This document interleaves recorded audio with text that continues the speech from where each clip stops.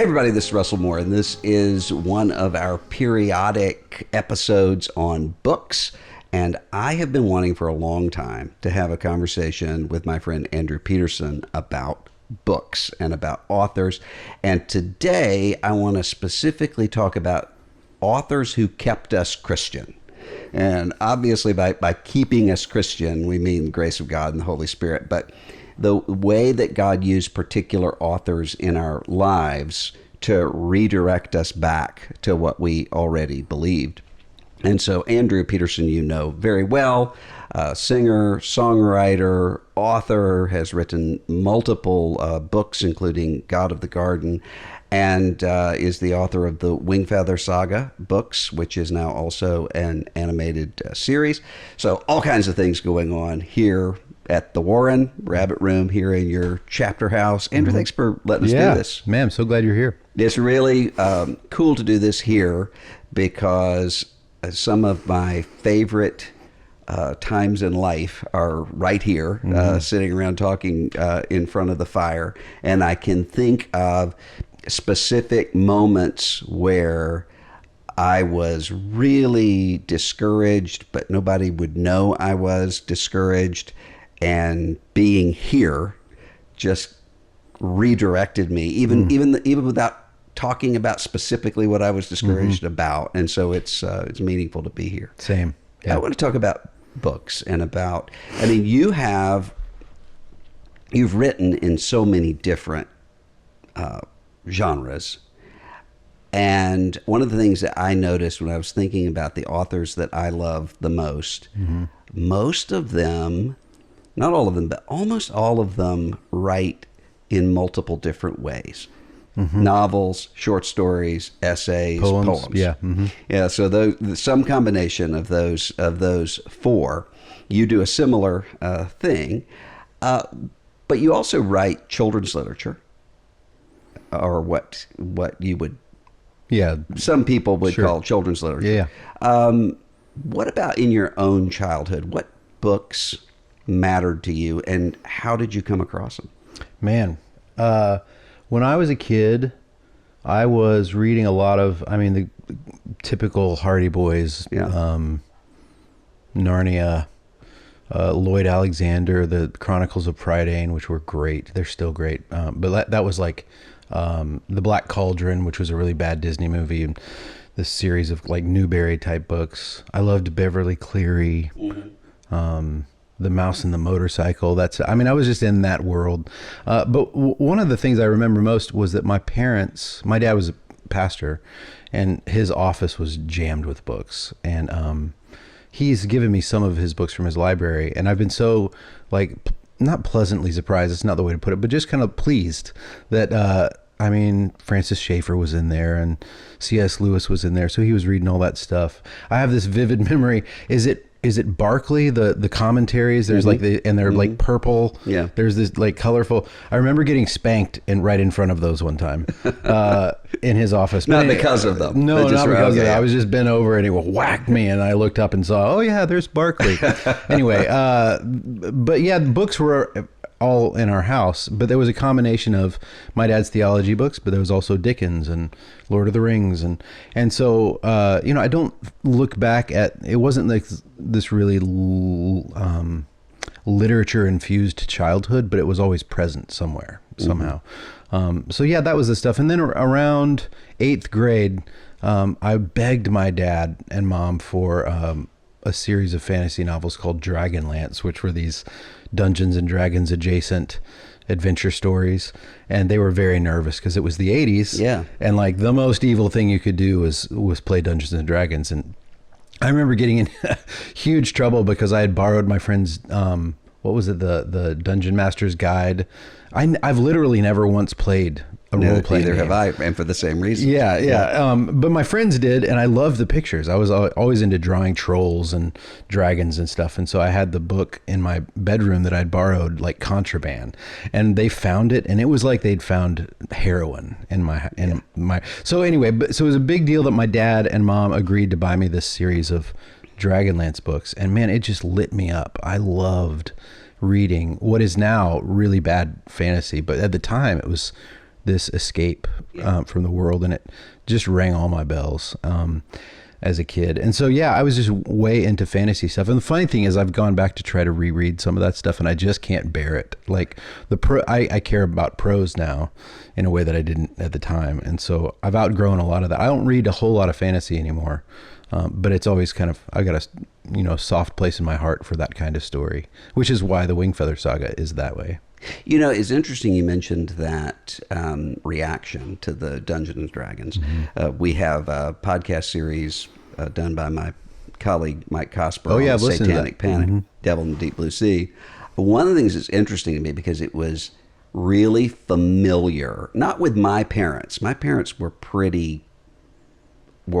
comparatively very relaxed. But all around me, there were people for whom that was Dungeons and Dragons is going to lead you right into, sacrificing goats and whatnot. Right. And so a lot of these people were really suspicious of anything that depicted gods or evil sorts of figures. I mean, I remember being rebuked one time for having a Thor comic book because that's a god and you shall have no other gods before me and so forth. But the same people didn't seem to have the same problem with Narnia. Right. Very confusing. Why, I have no idea. I've been so mystified by that. I mean, and we've bumped into that with Wingfeather stuff. Like, people will ask about the magic in the books and how magic works and all that kind of stuff. And people that are really upset about Harry Potter give Lord of the Rings and Narnia and George MacDonald a pass. And I don't know really why. I mean, there are some reasons. I don't think it's a bad idea to be careful. Sure. And to ask questions about, that kind of stuff. But like, when there is a moral undergirding to a story, and it's actually a really beautiful depiction of the Harry Potter books, the power of sacrificial love is kind of the theme of that story. I don't know. It's weird to me. But people do give it a pass, and I'm glad they do. Yeah. Yeah. Yeah. Maybe it's their entryway through the wardrobe into a broader conversation of those things. What about Lewis? Where did he come into your life? I actually have the box set. Remember that white? I have. Yeah. Oh, there it is. My first copy of Lion, the Witch, and the Wardrobe is right here. I just got goosebumps because of the nostalgia that triggered. But those editions were everywhere, and we had the little white cube. With all those books in it, and I loved those books. I checked them out from the library too. I was like one of the only kids that was checking those out, and I loved I'll say this: I liked the stories. I didn't always at the time love the fact that they seemed to be trying to teach me something, and I was very, I'm a pastor's kid, and I was wary of that. What I wanted was pure story. Yeah. And if I sniffed a Sunday school lesson, then I would sniff back away. A Sunday school lesson. Yeah. And I'm sure it was partly because my parents were glad I was reading that and not something else. And they probably were telling me, oh yeah, you should read that. I didn't really fall in love with the Narnia books until I read them in college, which was the only time I'd reread them since I was a kid. And at this point I was a Christian. I think when I was a kid reading it, I was a cultural Christian, but I wasn't really, I didn't really know Jesus yet. And so once I did and I reread them, I was just bowled over by it. And then completely lost my mind when I read them to my kids. And I've said for a long time, I think the Narnia books are not best experienced as a kid reading them, or even as an adult reading them. They're best experienced as an adult reading them to a kid. Yeah. And that's the setting in which they're the most potent, I think, and they're the most potent for the grown-up reading them to the kid. Yeah, I think that's right. With what is it about? This is a sidetrack, but I'm in a similar situation where I was as a kid reading all the time, except for the required reading. Same. And so if something's assigned in class, it is sort of, I would eventually do what I had to do, but it's procrastinated and off to the side. And then I'm reading all kinds. I mean, I remember I have here too, this little oh my goodness, I had those exact editions. Yeah. And that's amazing. This was my favorite, David Copperfield. But these little illustrated editions. Oh, I loved those. And that took me all into Dickens and Melville and everywhere else. Yeah, we had Moby Dick and Treasure Island, yes, and Oliver Twist. Count of Monte Cristo was Count one of of Monte them. Cristo, yeah. That was how I was introduced to all those stories. Yeah, me That's too. amazing that you have it. Now I'm wondering where our copies of those are. I bet one of my sisters took them. Yeah. I opened mine up and noticed that I have a math problem that I did in crayon of 50 plus 25. That's good. Shows you how not adept I am at math. That I would You have needed to actually write that out, but I did. But what is that would cause us? I mean, because I don't think that in most ways you would say we're rebellious people, and certainly neither of us were rebellious kids in any sort of external kind of looking way. Maybe I was, but we can talk about that on another podcast. Yeah, but not in a way that, when most people think of rebellious kids, they're not thinking of that. Yeah. So where does that come from? Yeah, the thing that popped in my head was the C.S. Lewis quote about watchful dragons. You know how he writes about how the story of the gospel was dressed up in stained glass windows and oughtness. He talks about oughtness. Do you remember that? Yeah. Like you ought to be moved by this. Yeah. And like kids kind of like back away from being told what they ought to feel. And so he wanted to reframe the story in a way that would actually sneak past those watchful dragons. I think that was it. It was just like, I didn't want, so I can give you this as an example with the Wing Feather animated series. The team is amazing. And, of course, screenwriting is a completely different discipline than what I do. And so I'm not writing the scripts. I'm reviewing them and making notes and stuff. But these are like TV writers that are taking the story and shaping it into an episode. And, there are times when I think that sometimes the writers think of it as, well, this is a kid's show written by a Christian, and there will be these moments in the book, in the scripts, where they'll stop and try to make a moral point. And possibly, like especially in the first season, my most consistent note in the sidebar of the scripts was in all caps, no teachable moments. I was like, remove all teachable moments from this story. This is not a Sunday school lesson. Like, no parent would stop in the middle of a fight and give a teachable thing to a kid. They're running for their lives. Let them run for their lives. And which is not to say that stories don't teach us. Yeah. And I would hope that, if the parents are watching the show, that the teachable moment is at the dinner table after the show is over. But like that sense of moralizing or trying to teach something was something that I was just allergic to. Yeah. And I think all of us kind of are. Yeah. That's the same thing happens with mainstream stuff. Yeah. As soon as I sniff out that, you guys have a point that you're trying to make, I'm like, but man, you lost me. The story was so good till now. That's my hunch. What I remembered was my English teacher, Mrs. Aurick, who was a really good teacher in high school. We were reading The Old Man and the Sea. Mm-hmm. And I didn't want to read it, and I was just like, oh, good grief. And in the discussion during class, she kind of brought up the symbolism of the old man carrying the mast of the ship. There's a really clear picture of carrying a cross that's happening, whether it was intentional or not. And I raised my hand. I was like, that's baloney. That's hogwash. There's no spiritual Christian symbolism in a story. That's a dumb way to read it. And I was just that kind of kid, And then I've since gone back and read The Old Man and the Sea, and I can't stop thinking about that, Jesus. Now I love the symbolism that you bump into in stories. But at the time, I was just so turned off by any sense of adding to the bare bones of the story itself. Sounds like Ron Swanson on Parks and Recreation saying, I don't like books with any symbolism. I like something like Moby Dick, just about a whale, straightforward. So that's good. With Lewis, one of the things that maybe you picked up as being teachy actually had the opposite effect on me. For instance, when he would say, now, of course, you should never go into an actual wardrobe. Yeah. To me, that gave it a kind of wink, wink, nod, nod sort of conspiratorial. Yeah. You're in this as we're going through this story together, and so it didn't feel preachy or Yeah. teachy. And part of that probably was because my parents were completely uninterested in making sure I read anything particular. They mind my reading, but they weren't pushing anything on Yeah. me. And my church was very biblically literate, but they weren't Literarily books, yeah, literate. beyond Yeah. that. And so they weren't pushing it. So this was all stuff I was kind of finding myself.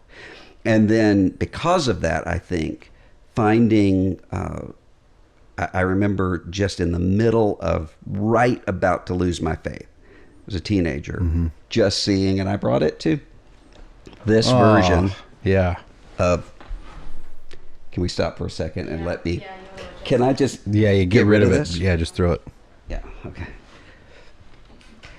Because of those Narnia books, I found this. I remember seeing the name. Is that the actual That's copy? the actual copy. Wow. I remember seeing the name of it and picking it up and reading it. And part of what was important to me about that book was not the arguments. It was the same thing as you really probably don't want to go into a wardrobe type of tone. Yeah, right. Because Yeah. I was so used to people marketing to me. You really need to. When are you going to rededicate your life to Christ and so forth? And he was just so different from that. Yeah. That it showed me a different picture. Did you have a moment similar to that when it comes to Lewis's nonfiction Yeah, stuff? that's a good question. It's funny. I remember reading Mere Christianity in college, and I've reread it since. And the first half of that book is magic to me. And I always kind of get a little lost and disinterested by the end of it because there's the deeper he goes. Maybe it's just because I'm not smart enough. But yes, I think the sense that he was being honest with you got the sense that he was actually honest about it. The only reason he was able to write about some of the doubtful things that we have is because you could tell that he had also experienced those things, and there was no shame involved. It was just it felt like talking to a friend. And and that's the thing, is his voice is so clear. Yeah. It's why he's so quotable, is that there's this real clear voice that sounds like a friend talking to you.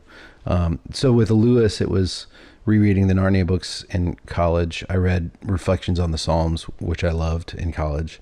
And I started The Problem of Pain because at the time I was wrestling with some of those questions, and that was comforting. I'm trying to remember exactly when I really fell in love with his stuff, and I think it goes back to Narnia. And I haven't read all of his books. Till We Have Faces was another one.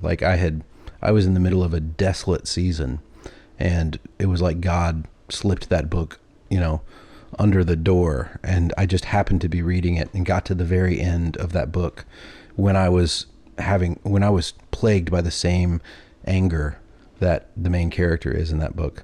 And I think that was the book that maybe made me just go, oh my goodness, I think he's a giant.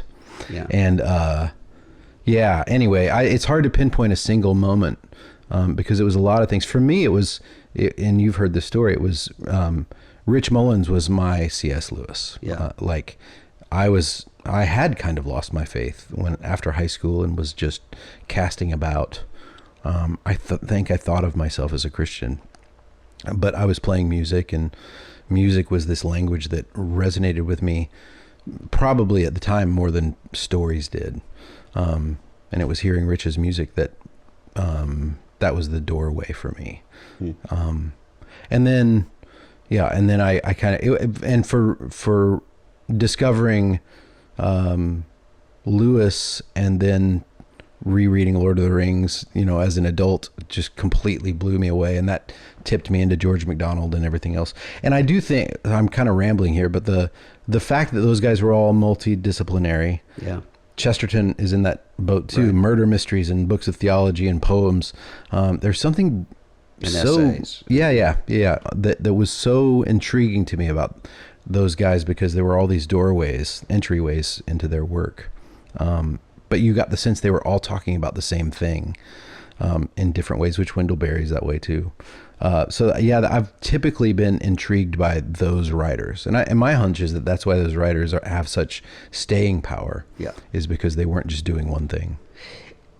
We have a group text thread that I had to explain to my wife one day because the name of it is The Great Divorcees, because of from way back when we were reading Great Divorce, a group of us, and I had to explain to her, if something happens to me and I suddenly die and you see my phone, this is not a support group for people considering this. This is explain what it is. Yeah. What about Great Divorce? Where did that show up in your life? That would have been not long after I'd moved to Nashville.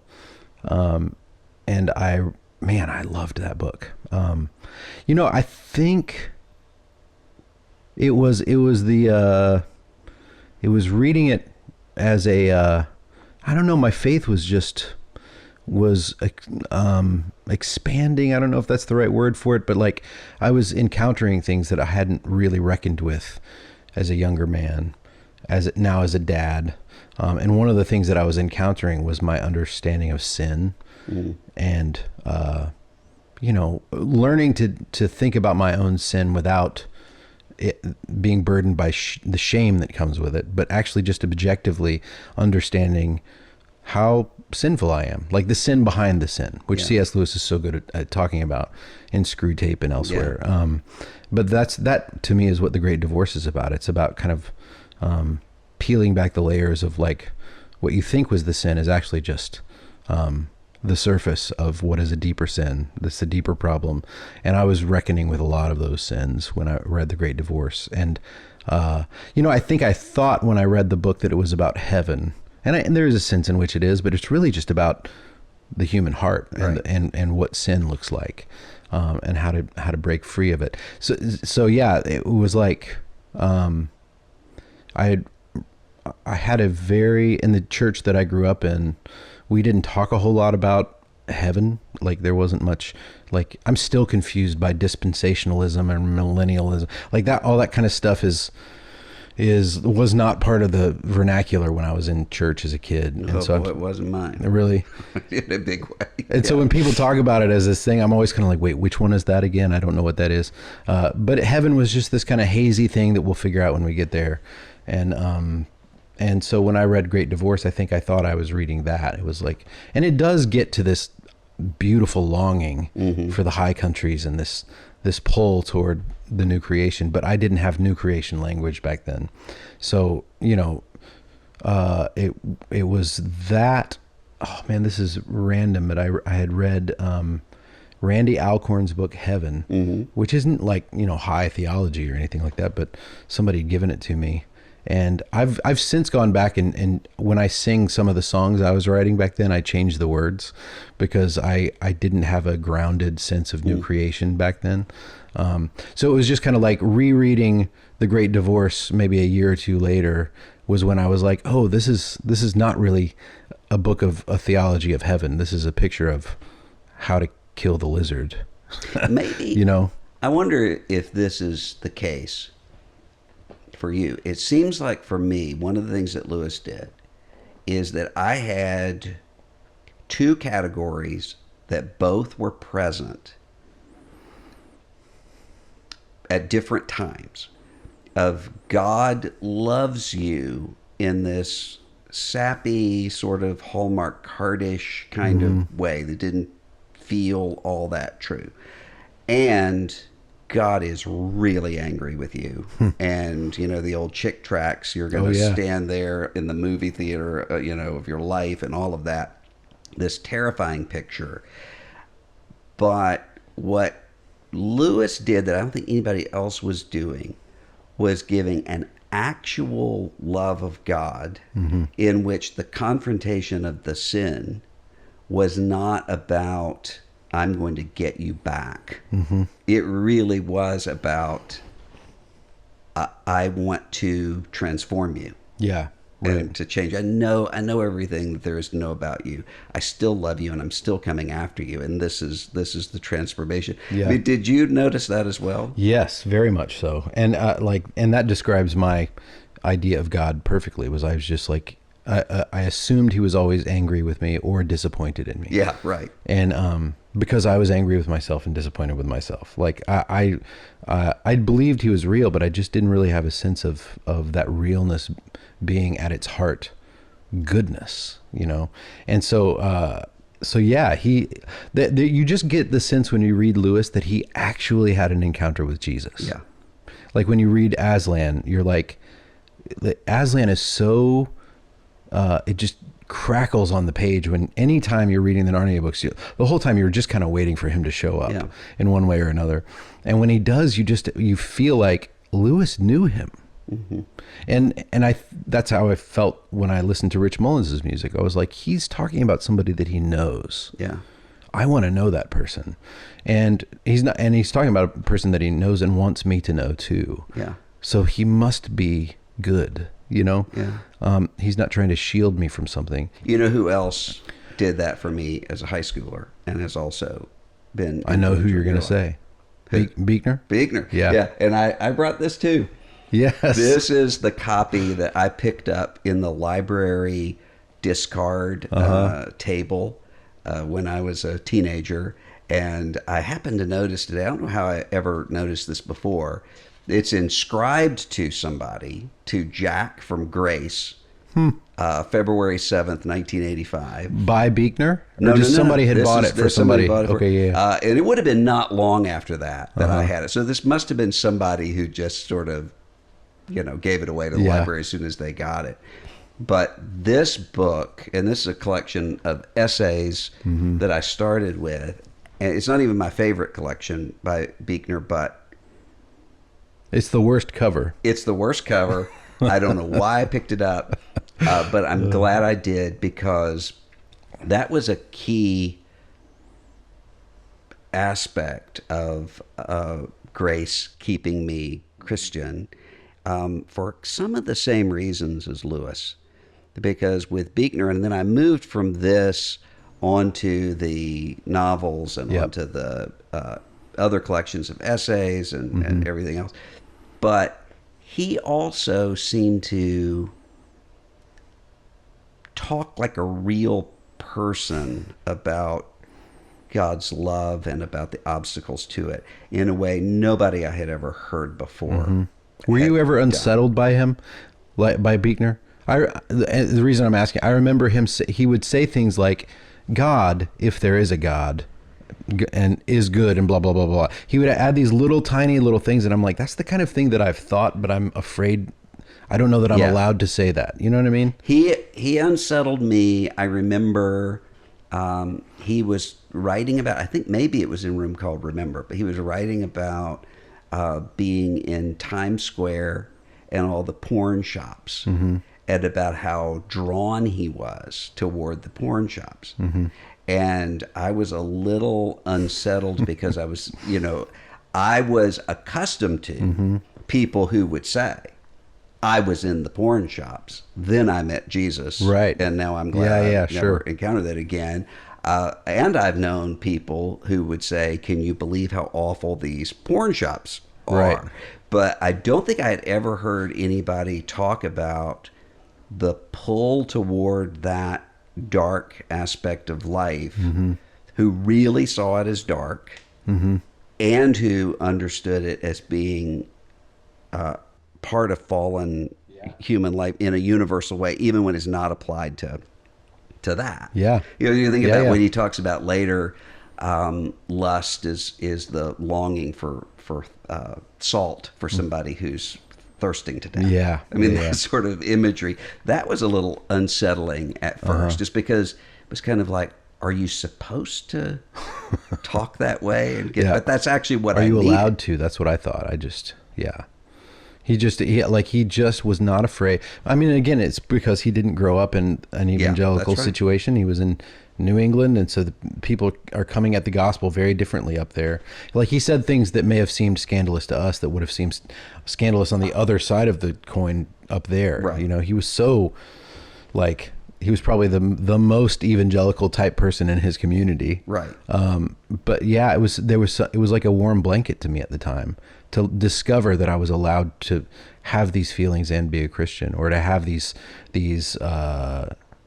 doubts. I mean, he was the guy who made me realize that it was okay for me to be afraid, or to have big foundational questions, while also walking the way of Jesus and trying to and believing genuinely that Jesus was real and that I knew him.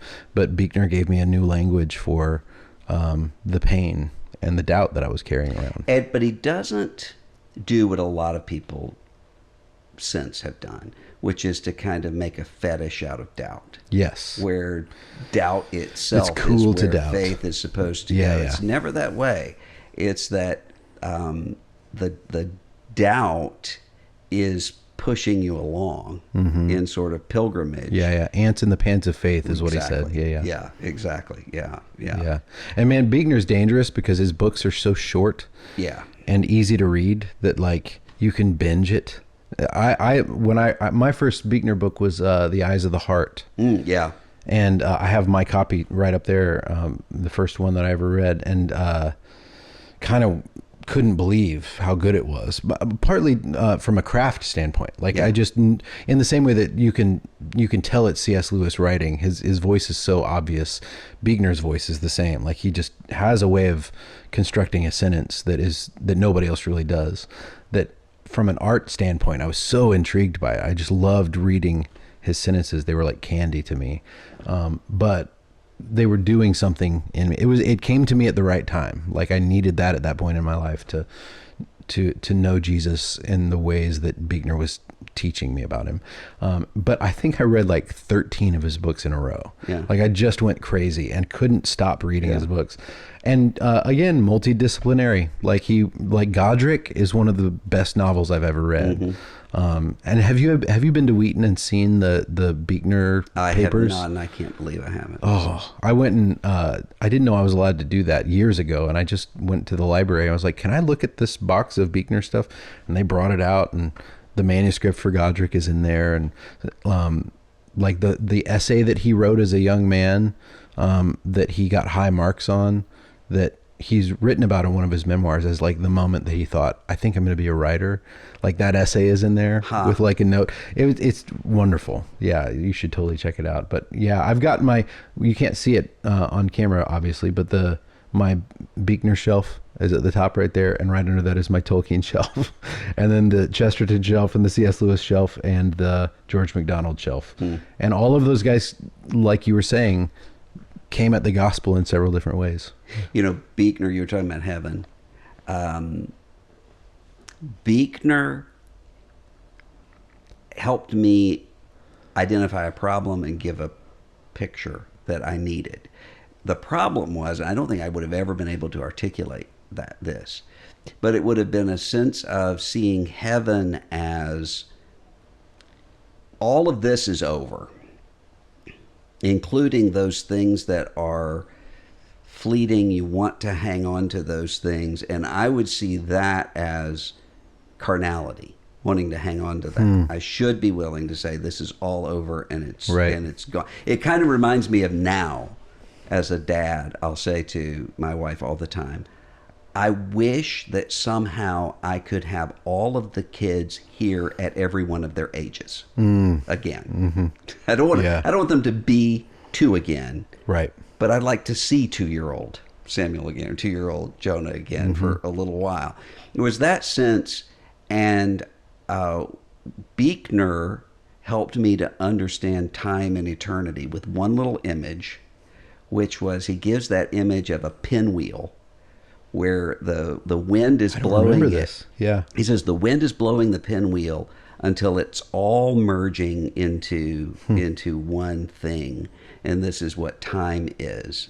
And essentially what he's doing is what T.S. Eliot does later with four quartets. But that image just completely, I remember where I was sitting when I thought, oh, this makes sense. I love that analogy. You don't remember what book that it was in one of the, I want to say it was in Wishful Thinking, but I'm not entirely sure. Do you have a Buechner book that you recommend to somebody who's never read Buechner before? Yeah.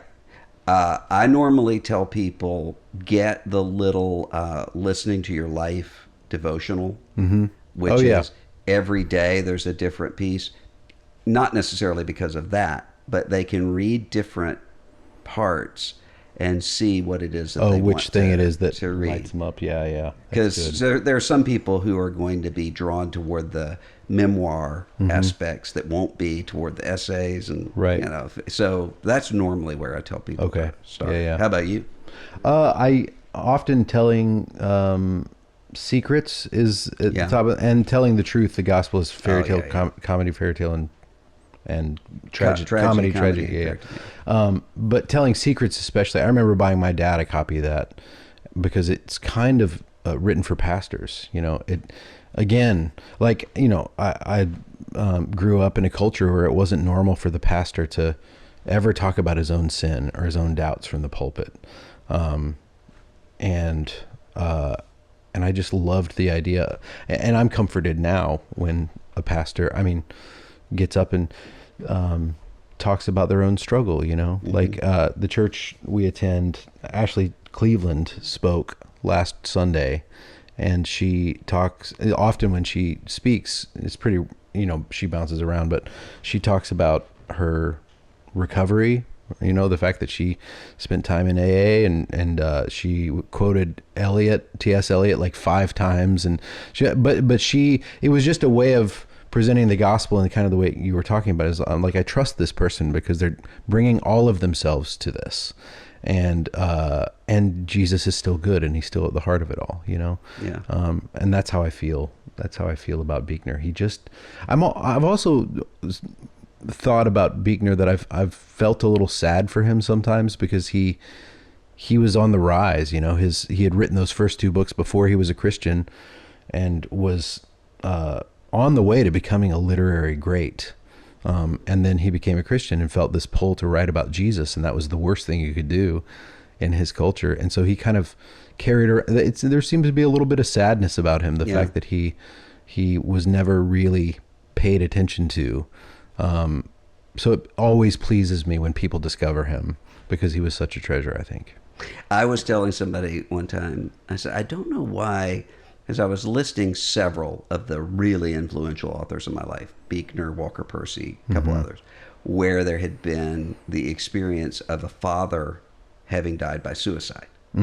Yeah. And I said, I don't know why that would be coincidentally there, because I don't have any experience with that. My father, obviously didn't die by suicide. He wasn't even depressive or anything. So it's just sort of an odd coincidence.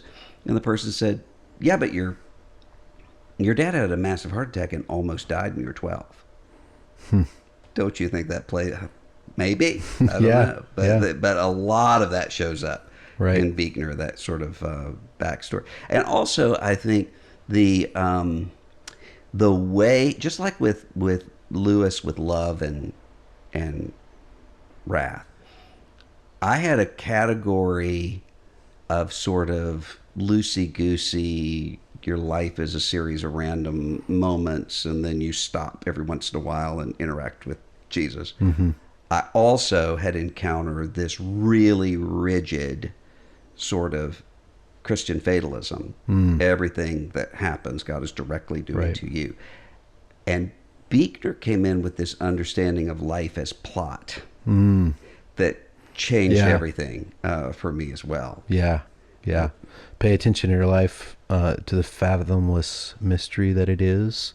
Yeah. Is one of the things that he says. And, life itself is grace, and all the death that ever was set next to life would scarcely fill a cup, or whatever. I'm probably jumbling a couple of quotes, but you allude to that in one of your songs. Yeah. I spoke at a Buechner Institute thing several years ago, and I was like, oh yeah, I should play like the songs that Buechner has influenced, and there were too many. Yeah. Like there were so many songs that I was like, oh yeah, I wouldn't have written this song if it wasn't for Buechner, and this one too. And it was a fun exercise. And then I have done the same thing at a C.S. Lewis event. I was like, oh my goodness, so many of these songs. Most of the cool lines or good ideas that I had were just lifted out of these books that I've read. But yeah, I had another. I could talk about Buechner all day, but I will say again that Godric is weird. I mean, half of it's written in iambic pentameter. He had only 5 friends, and one of them was a snake. Yeah, two friends I had. 2 friends, yeah. Five friends I had, and 2 of them snakes, something like that. Yeah. It's this great opening line that neither of us can remember. But a wonderful that kind of gets at the heart of what I love about Buechner is like the whole story is about this saint, and his biographer is trying to write a hagiography about him, and Godric can't bear it. He was just like, no, don't make me more than I was. I was a scoundrel. And by digging in on that, he was trying to draw attention to the goodness of God the whole time. Yeah. By being honest with our weakness, it doesn't diminish us. It magnifies God, and then we find who we actually are in his grace. And so, yeah, Buechner I don't agree with everything, obviously. Sure. I mean, that's like the thing. I'll read some things and be like, yeah, I wish I could have talked to him about that. Right.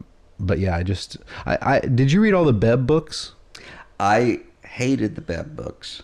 I didn't. I tried it. And they're the only thing that he wrote that I didn't like. Yeah. And maybe I would like them now. I'm not sure, but I just never went back to them after. I read the first one and I was like, I don't think this is my thing. Yeah. So yeah. What about Wendell Oh man. I discovered Wendell because of Ben Shive, our friend. Ben is like the guy that produced a lot of my records. And Ben was reading a book of his poems on the road and mentioned Jayber Crow. And for some reason, I was just in the mood to read it. And I didn't think it would be my thing, but I just kind of, it's one of the books that changed my life. And like the Buechner thing and the C.S. Lewis thing, once I find something, I lock onto it and I just binge it until I run out of steam. And so I just read so much Wendell Berry after Jayber Crow. And one of the nice things about Wendell is that my awakening to poetry coincided with my discovery of Wendell Berry. Like I had just discovered Billy Collins, who is a wonderful poet, really funny and didn't make me feel dumb when I read him. And then not long after that, read my first batch of Wendell Berry poems, and it was the same. It was like, this is having an effect on me, and I don't understand all of it, but a lot of it I do. Like I feel like I don't need a PhD in poetry to be moved by this work. And so anyway, so Wendell Berry's poetry and his novels came to me at the same time. And yeah, man, I don't know how to get at it, but upon reflection, like after I finished Jayber Crow and I stopped crying, I was devastated by it. I'm an Enneagram 4, so the sadder something is, the more I'm going to love it. And so the thing that I felt inside of me, the ache that I carried around that was so, it was like a happy ache. I don't know how to get at it, but Sehnsucht. Yeah, thank you. I recognized it as Sehnsucht or Sehnsucht or whatever. I was like, the last time I felt this way was when I read Samwise saying, well, I'm back. And I closed the Lord of the Rings and I burst into tears and I ached. And I was like, oh yeah, that's the same thing. And then I thought, oh yeah, I felt that when I finished The Great Divorce. And I felt that. So it was that he was getting at the same thing, or I was experiencing the same longing for Jesus and the kingdom when I finished Wendell's books. And that, well, the funny thing about that is that I don't know that Wendell was really trying to do that specific thing, but that's what hit me. Exactly the same sort of experience reading Berry. I can't remember what the first thing was. I think it was right around the time I was moving to Kentucky, and so I started reading him. But I remember that exact same experience, and it was almost like what Buechner was doing in a solitary way, Barry was doing in terms of a community. Oh, interesting. And you had that sense of membership Uh-huh. that's showing up in the essays, in the poems, in the short stories, in the novels, and it's all fitting together. But it was that kind of listening to our lives, I guess, in a way. And I think maybe it was helpful the way that Barry would come at this same sort of community, different timelines, but not in order. Yeah. So I guess it's the pinwheel again. Yeah. But that it would leave me with. I mean, the ending of A World Lost hit me in a way that was. Is that the copy? This is my copy, and it just hit me really hard, and it reminded me of kind of the Linus speech in the Peanuts Christmas special. You know, the way that can sort of wreck me. That's what that did. Yeah. I think with Wendell Berry, it was like, and this is the first time I'm saying this out loud. It's just occurring to me. But C.S. Lewis gave me a way to think about Jesus that has never left me. And then Buechner gave me a way to, I think of him as a comforting writer. Yeah. Like he gave me a way to think about my faith and my story. And then Wendell Berry helps me think about how I live. Yeah. How I actually live this out in a practical way. Not just in community with my family and my church and my neighbors, but with the frogs that live in the pond and the trees that come to the feeder and the plants that are growing in the front yard, so there's like three things that I get out of each of them that they all interlock in a beautiful way. But yeah, when I finish a Wendell Berry book, it makes me have, like, I end up with concrete changes in the way that I go about my days. Yeah. First time I ever met him, I remember thinking, he's just like one of the deacons at my home church, except that we're talking about Milton and Shakespeare and so forth. Yeah. But he had that really familiar sort of demeanor. Yes, of the that's guys funny. who were taking up the offering. Oh yeah, that's great. When we met him, it was me and Alan Levi and this guy named Ben May met him up at his house, and I was so prepared for him to be just a grump, Yeah, I was too. And he wasn't. He was so friendly and kind and cheerful, even. And we both wrote those essays for the. There was a tribute around his birthday, and the thrust of mine was that he was a cheerful person, and people don't get that if they're just reading his interviews or his books or whatever. But I bumped into him like 2-3 months, maybe a year later, I don't know, at a conference that he was speaking at.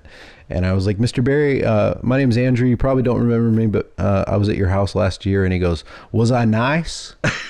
And I said, yes, sir, you were very nice. And he said, well, good. And he clapped me on the back and walked away. So he had zero memory. When I was at his house, and this would have been in 2009, so 2010, maybe right after smartphones had come out. Oh, wow. And my iPhone started ringing. And I just said, I don't even know what to do. And he just said, well, we're all sinners. And that just has stayed with me ever since. That's good. Before I came here, speaking of things that would greatly disappoint Mr. Berry, I went into ChatGPT and Claude. Oh, wow. AI program. And I asked the question, what do you suppose would be the desert island authors if they were to give them from Russell Moore and Andrew Peterson?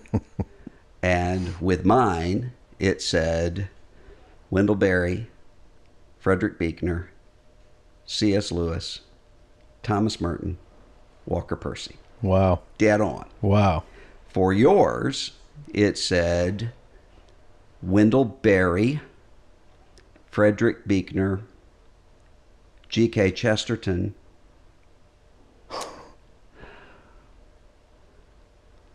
and Eugene Peterson. Oh, interesting. Yeah. And I wonder how accurate yours was. It's not terribly far off. Was C.S. Lewis on the list? Yeah. Okay. And Tolkien. Was on your list. Definitely be on the Tolkien list. was on your list. Chesterton's funny because I haven't read a ton of Chesterton's books. Yeah. Orthodoxy is one of my favorite books. Even though I don't really understand any of it, but it had a powerful effect on me. Yeah. And I love that book. And I've read, The Man Who Was Thursday and a few of the other, some of them. And quite a few of the Father Brown stories. But I don't, he's hit or miss for me. Mm-hmm. I think I just like his personality. I like who he was. Yeah. And like his quote, like the fact of his existence makes me happy. Yeah. And then Eugene Peterson, that's interesting that it said that. I was surprised by that one too. I got to spend a little bit of time with Eugene and just admire him so much. And, his Long Obedience in the Same Direction, the book is great, but the title is even better. I think that just reading the title, I felt the compass shift in my heart a little bit toward the kingdom. And I think, he modeled the kind of life that I would want to live, like a very Wendell Berry vision of how to be a pastor. Yeah. But I haven't read a ton of his books. I've read some of them, but I wouldn't put him on my. I mean, ChatGPT doesn't know anything. It's wrong. I'm trying to think who I would add to that.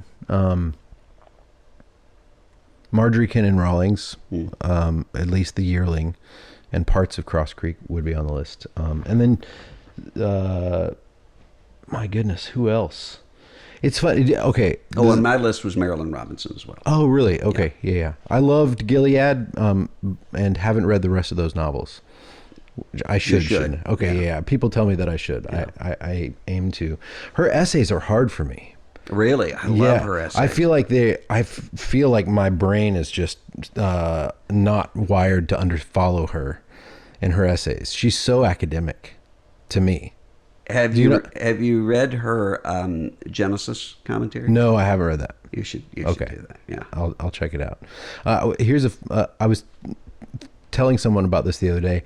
Do you remember when Netflix was new and you would get mailed the DVDs? I kind of miss those days in some ways, but you would go and fill up your queue with the 3 movies you could have at a time or whatever. And then you would have to wait a week or two and it would show up in the mail and they'd send you the next one. You remember that whole set? I remember reading an article by somebody about how often they would get the disc in the mail that they had put in their queue a month ago and wonder what they were thinking. Like, why did I I don't want to watch this movie, really. And the point was, there's the movie watcher you think of yourself as, and then there's the movie watcher you actually are. Yeah. And I want to think of myself as the guy who watches art films and whatever, but really I just want to watch Three Amigos again, and so I do like good movies, but I love that dichotomy. Somebody recognized something that I'm like, I know that feeling. And I'm like, when I'm sitting around, when I was rearranging the books in here a month or two ago, and I realized that most of the books I've read in the past few years have been Eric Larson, this historian, journalist guy, and David Gran, who wrote Killers of the Flower Moon. And I think of myself as a guy who sits around reading British authors and fantasy novels or whatever. And I was like, actually, I'm reading books about Arctic exploration and whatever. So it's funny. There's the cool version of who I wish I was and am, really. Those were foundational books to me, but I read way broadly. And Alan Jacobs, did you ever read Alan Jacobs's Year of Our Lord, 1939? No, he wrote a little book called The Pleasures of Reading in an Age of Distraction, which is a great title. And where he talks about how good it is to read broadly and go to the library, and you've got 10 books or however many you can check out. Just wander through. You don't have to finish them all. Yeah. Just pull out what strikes your fancy. And he hates book lists, the 50 books you must read before you die, because it sucks the joy out of discovery. And so while I definitely would think of the desert island authors like we're talking about, I would be so sad to not have all the other rando stuff that I enjoy just as much. It probably isn't shaping my heart in the same way, but I'm enjoying it. What about the Bible? We normally at the end of this show ask people, what are your 5 biblical books you would take to a desert island? I remember hearing you ask Steve Cuss that on an interview, and he freaked out. And I was like, man, I hope Russell never asked me that question. The Psalms for sure. Yeah. I really love the Gospel of John, and because it's so kind of weird and poetic. And how many do I have to pick? 5. Got 2. Okay. Isaiah. Mm-hmm. Also, the poetry in Isaiah just astonishes me. He had a never-ending supply of metaphors. And I love Jeremiah because I'm an Enneagram 4. Mm-hmm. And one more, Revelation. Mm. Yeah. Mm. Which Revelation's taken me a while to warm up to, because I was when I was at church camp as a kid, I read Revelation and was terrified. Yeah. And rededicated my life that night, because of the whatever. But now I see it, like the sermon this past Sunday was on Revelation, on the last chapters of Revelation, and I was crying. The vision it casts is so beautiful, which again, it gave me the same feeling as Jayber Crow and Lord of the Rings, only it's like literally true. Yeah. Yeah. I taught through Revelation this year, and I think it kept me sane. Oh, I read your essay about that. Yeah, I really do think it. Yeah. It's kind of Dungeons and Dragons-y in some way or the other. Yeah. Well, thanks for letting us have man, this was so fun. today. I could go on for days. Andrew Peterson, thanks again.